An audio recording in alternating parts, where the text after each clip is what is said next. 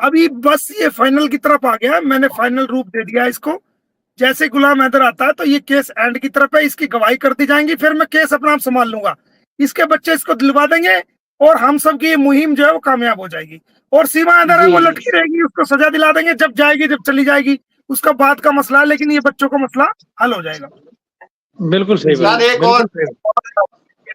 Sir मैं आपसे नाराज हूँ सर, आप सबके नाम लेते हैं, फलां का नाम, उसका नाम, इसका नाम, लोग आपस में मुबारकबाद दे रहे होते हैं, फूल दे रहे होते हैं, ताज पहना रहे होते हैं। सर आप ना गैस भाई का नाम लेते हैं ना अल्लाह का नाम लेते हैं। सर मैं नाराज हूँ भाई। भाई मैं सुनो, अल्लाह का नाम तो पूरा आलम लेता है, पूरी दुनिया लेती है, वाह, ठीक है ना। अल्लाह अल्लाह एक ऐसा नाम है, मैं नहीं, मेरी नस्लें भी, मेरा दिल भी, मेरा दिमाग भी, सारी दुनिया, सारा आलम, एक छोटे से बच्चे से लेके बुजुर्ग तक, ये तो नाम ही ऐसा है, सारी दुनिया उस रब का नाम लेती है। आपने उस रब के नाम पे चैनल बनाया हुआ है। और बिल्कुल तो क्या भाई, आपका नाम, आपके चैनल का नाम जो है वो तो रब का नाम है, वो सबसे पहले है, उसी के नाम से क्यों हम नहीं? शुरू करेंगे, उसी के नाम से सारे काम करेंगे। और कैश भाई आपको जान के ये बहुत खुशी होगी कि सर ने मेरे से बोला था कि वो बहुत अच्छा काम करते हैं, उनका चैनल, उनका जो टीवी चैनल है बहुत अच्छा लगता है मुझे। कि बस मैं दुआ गो मोमिन सर के लिए, जिस तरह से वो मेहनत कर रहे हैं, और अभी बड़ी बड़ी ज़बरदस्त चीज़ें हैं बैकडोर जो चल रही हैं, और बस उनकी एक पॉलिसी है वो नहीं डिस्क्लोज करते, और यही कोशिश होती है कि जब उसमें कोई रिजल्ट आ जाए तो फिर।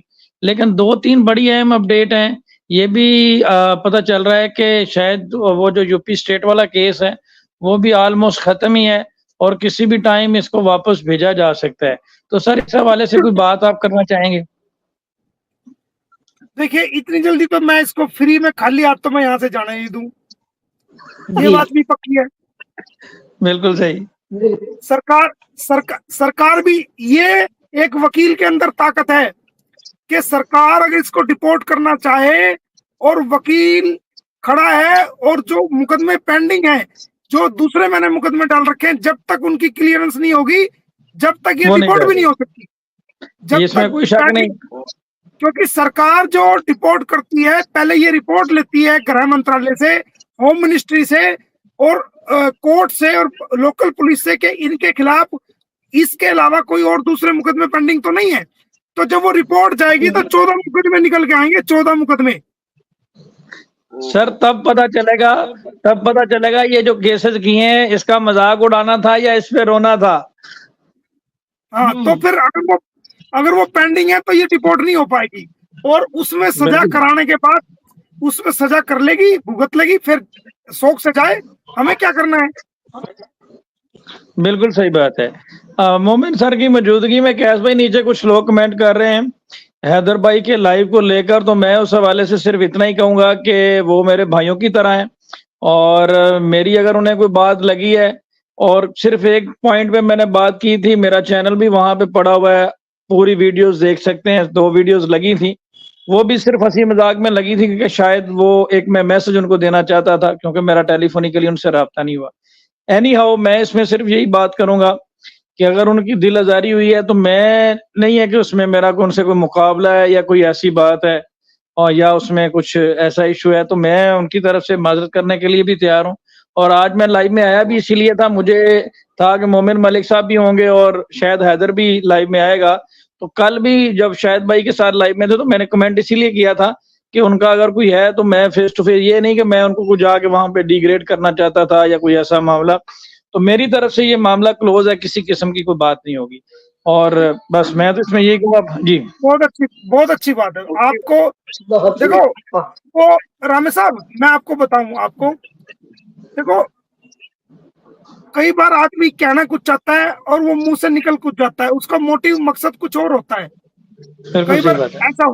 कई बार ऐसा हो जाता है कि आदमी की इंटेंशन नहीं होती, लेकिन वो किसी वे में बात करना चाहता है, लेकिन वो उसको रिप्रेजेंट कई बार वो दूसरे वे में हो जाती है, और उसका मकसद दूसरा हो जाता है, और वो समझ कोई और हो जाती है। तो कोई बात नहीं, देखो आपने बड़ी मेहनत की है, हम देखते आ रहे हैं, आपने गुलाम हैदर के केस में बड़ी मेहनत की है, आपने बेसलेस डिस्कशन नहीं की है, आपने कानूनी पहलुओं पर इस केस के बारे में बहुत अच्छे अच्छे डिबेट किए हैं, बहुत अच्छे अच्छे डिस्कशन की है, और आपने उनके बच्चों की आवाज उठाई है, आपने गुलाम हैदर पर जो जुल्म हुआ है उसकी भी कानूनी काफी आवाज उठाई है। तो मैं आपका धन्यवाद करता हूं, मैं मोमिन मलिक गुलाम हैदर का लॉयर आपका धन्यवाद करता हूं कि आपने कानूनी पहलुओं पर बहुत अच्छी अच्छी डिबेट की है और बहुत अच्छे अच्छे पॉइंट्स आपने रखे हैं जो हमने भी समझे हैं, जो आपका कानूनी दिमाग था आपने रखे हैं, तो वो काबिले तारीफ है। रहा बात हैदर भाई का, तो वो हैदर भाई को देखिए, हैदर भाई ने बहुत के साथ बड़ा जुल्म हुआ है, वो ऐसे हालात से गुजरा है, ऐसे मरले से गुजरा है और ऐसी परीक्षाओं से गुजरा है, ऐसे ही इम्तिहान से गुजरा है कि वो बंदा आज इतना सब कुछ पूरी दुनिया में, जो सीमा हैदर की वजह से उसको जिल्लत का सामना करना पड़ा, उसके बावजूद वो बंदा अपनी हिम्मत के साथ अपने काम को लेकर चल रहा है। तो हमें उसका किसी भी बात का कोई बुरा हमें नहीं लगना चाहिए, वो हमारा छोटा भाई है।